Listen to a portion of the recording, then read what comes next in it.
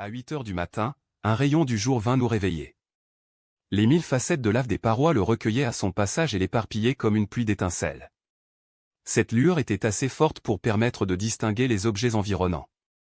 Eh bien, Axel, qu'en dis-tu, fit mon oncle en se frottant les mains. As-tu jamais passé une nuit plus paisible dans notre maison de Königstrasse? Plus de bruit de charrettes, plus de cris de marchands, plus de vociférations de bateliers. Sans doute, nous sommes fort tranquilles au fond de ce puits, mais ce calme même a quelque chose d'effrayant. Allons donc, s'écria mon oncle, si tu t'effraies déjà, que sera-ce plus tard? Nous ne sommes pas encore entrés d'un pouce dans les entrailles de la terre? Que voulez-vous dire? Je veux dire que nous avons atteint seulement le sol de l'île. Ce long tube vertical, qui aboutit au cratère du Sneffels, s'arrête à peu près au niveau de la mer. En êtes-vous certain? Très certain, consulte le baromètre, tu verras.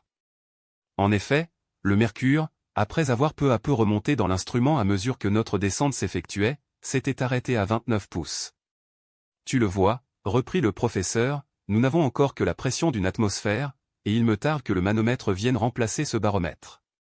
Cet instrument allait, en effet, nous devenir inutile, du moment que le poids de l'air dépasserait sa pression calculée au niveau de l'océan.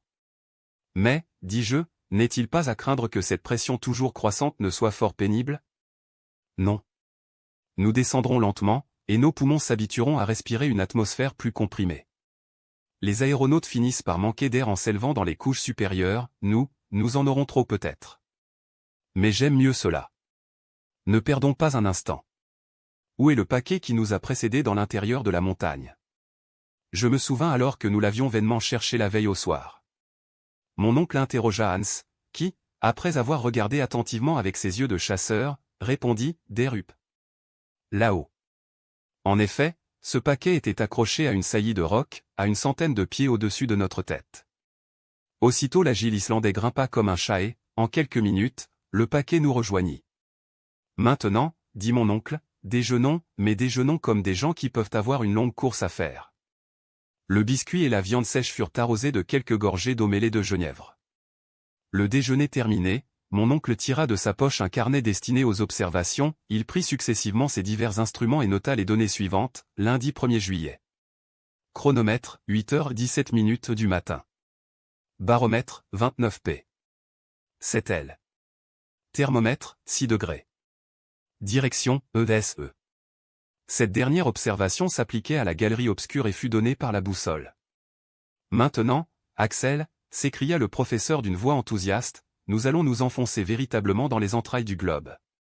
Voici donc le moment précis auquel notre voyage commence. Cela dit, mon oncle prit d'une main l'appareil de Ruhmkorff suspendu à son cou, de l'autre, il mit en communication le courant électrique avec le serpentin de la lanterne, et une assez vive lumière dissipa les ténèbres de la galerie. Hans portait le second appareil, qui fut également mis en activité. Cette ingénieuse application de l'électricité nous permettait d'aller longtemps en créant un jour artificiel, même au milieu des gaz les plus inflammables. En route, fit mon oncle. Chacun reprit son ballot.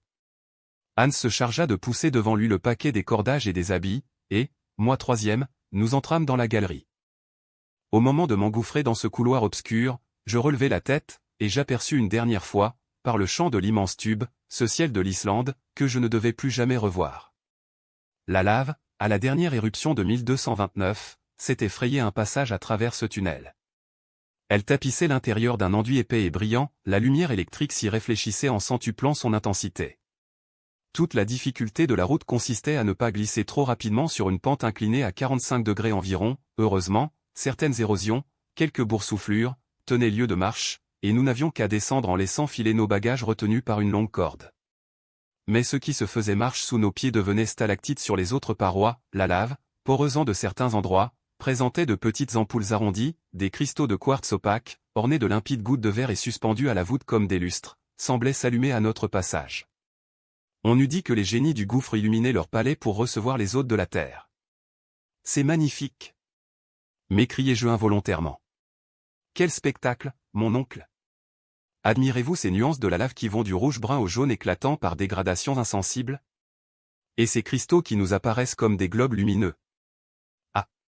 Tu y viens, Axel, répondit mon oncle. Ah! Tu trouves cela splendide, mon garçon? tu en verras bien d'autres, je l'espère. Marchons. Marchons. Il aurait dit plus justement, glissons, car nous nous laissions aller sans fatigue sur des pentes inclinées. C'était le « Facili descensu à Verni » de Virgile. La boussole, que je consultais fréquemment, indiquait la direction du sud-est avec une imperturbable rigueur. Cette coulée de lave n'obliquait ni d'un côté ni de l'autre. Elle avait l'inflexibilité de la ligne droite.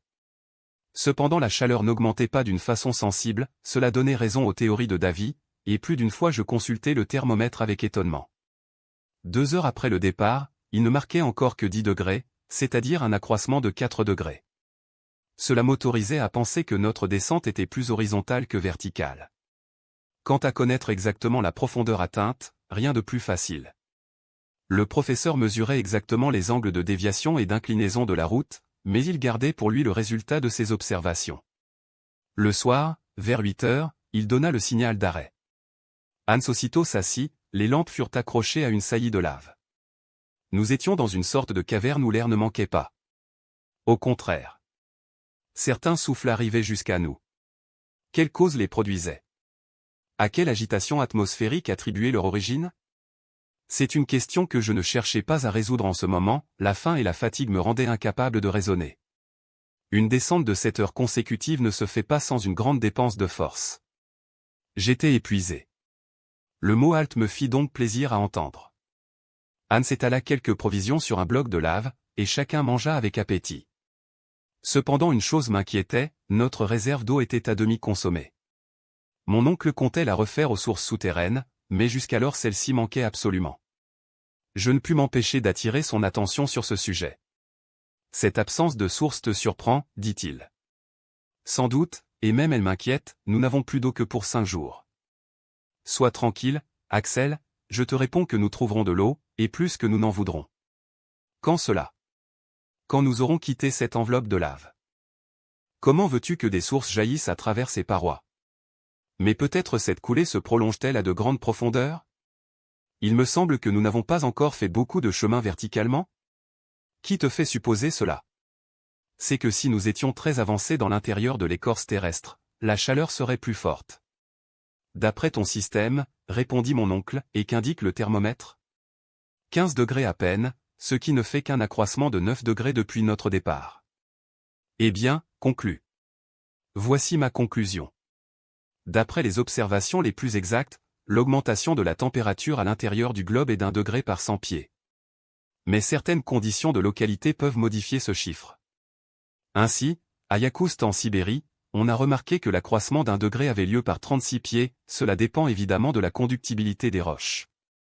J'ajouterai aussi que, dans le voisinage d'un volcan éteint, et à travers le gneiss, on a remarqué que l'élévation de la température était d'1 degré seulement pour 125 pieds. Prenons donc cette dernière hypothèse, qui est la plus favorable, et calculons. Calcule, mon garçon. Rien n'est plus facile, dis-je en disposant des chiffres sur mon carnet. 9 fois 125 pieds donnant 1125 pieds de profondeur. Rien de plus exact. Eh bien, d'après mes observations, nous sommes arrivés à 10 000 pieds au-dessous du niveau de la mer. Est-il possible? Oui, ou les chiffres ne sont plus les chiffres. Les calculs du professeur étaient exacts, nous avions déjà dépassé de 6 000 pieds les plus grandes profondeurs atteintes par l'homme, telles que les mines de Kitzbühel dans le Tyrol, et celles de Wittenberg en Bohême. La température, qui aurait dû être de 81 degrés en cet endroit, était de 15 à peine. Cela donnait singulièrement à réfléchir.